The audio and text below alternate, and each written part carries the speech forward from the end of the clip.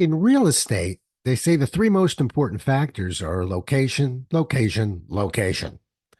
Well, in public speaking, the three most important factors may very well be preparation, preparation, preparation.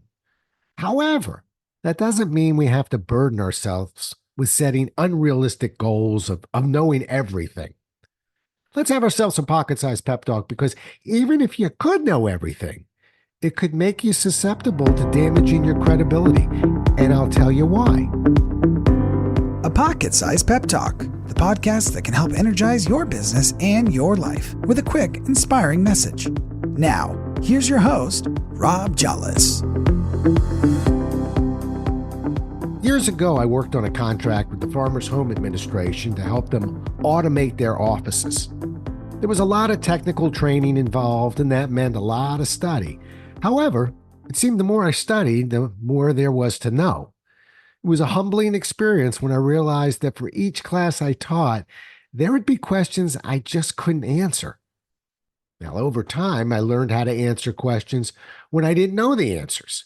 I'd pull out my yellow pad and I'd proclaim, I'm not 100% sure the answer to your question, and I want to be clear that I don't know everything, but I do know where to find the answers to everything. Let me quickly jot the question down, and I'll have an answer for you by tomorrow, if not sooner. Because the class was highly technical and the participants were highly analytical, once I provided that response, it seemed to calm the class down a bit. Ironically, I began to notice something. The less I confessed to know, the more respect they seemed to show me. As long as I was upfront with the group seemed to be more trusting of the information that I did know.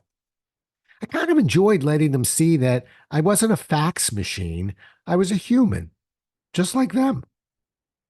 Unfortunately, the more I taught the program, the more knowledgeable I became. I knew which parts of the curriculum were difficult, and I could anticipate when I would hear tougher questions. I secretly began to take pride in the fact that I did know all the answers. I was still fond of pulling out my yellow pad of paper at the start of every program and giving my I don't know everything speech, but I never really had to pull out that yellow pad again for the duration of the program. Why was this unfortunate? Because I started to notice that the more I took pride in rattling off answers to complex questions, the more frustrated, the more analytical students seemed to become. That frustration often turned to distrust, and that distrust often turned to cynicism. Sometimes that cynicism even turned to aggressive behavior. And for what? Knowing too much? It made no sense to me until I finally figured out what was happening. People trust people who have the courage to admit when they just don't know something. As a matter of fact, once someone admits that he or she doesn't know the answer to a question, it builds an enormous amount of trust in the answers that the person can provide. I knew that I would never dare start a class with a speech proclaiming that I knew everything. Imagine the field day a group of analytical attendees would have in a technical subject trying to prove me wrong. Yet, the longer I showed no hesitation in my quick answers to the questions that were asked, the more I began to inadvertently deliver a flawed message. The attendees I taught became less trusting of me, and my evaluations began to go down. So, I broke one of the most critical rules of public speaking. I began to lie.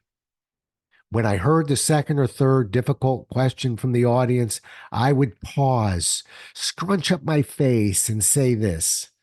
That's a terrific question. I believe the answer is blank, but that's not good enough. I told you earlier today that I did not have all the answers, but I know where to find them. Let me jot the question down, make a few calls, and I'll get back to you with the answer once I have it confirmed. Instantly, I could see the group take a collective sigh of relief. The desire to stump the presenter was over, and the look of trust took its place. No, not a big advocate for lying, and it seems absurd that I was perceived as more truthful when I didn't know all the answers.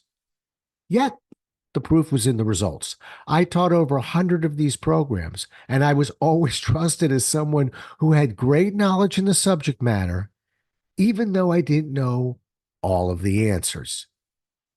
You don't need to be standing in front of a group of smart people to learn this simple lesson. Author Edward Abbey once said, "There's a way of being wrong which is also sometimes necessarily right." Those are indeed wise words when it comes to capitalizing on key moments to earn the trust of others. Thanks so much for listening. If you enjoyed today's show, please rate and recommend it on iTunes, Outcast, or wherever you get your podcasts.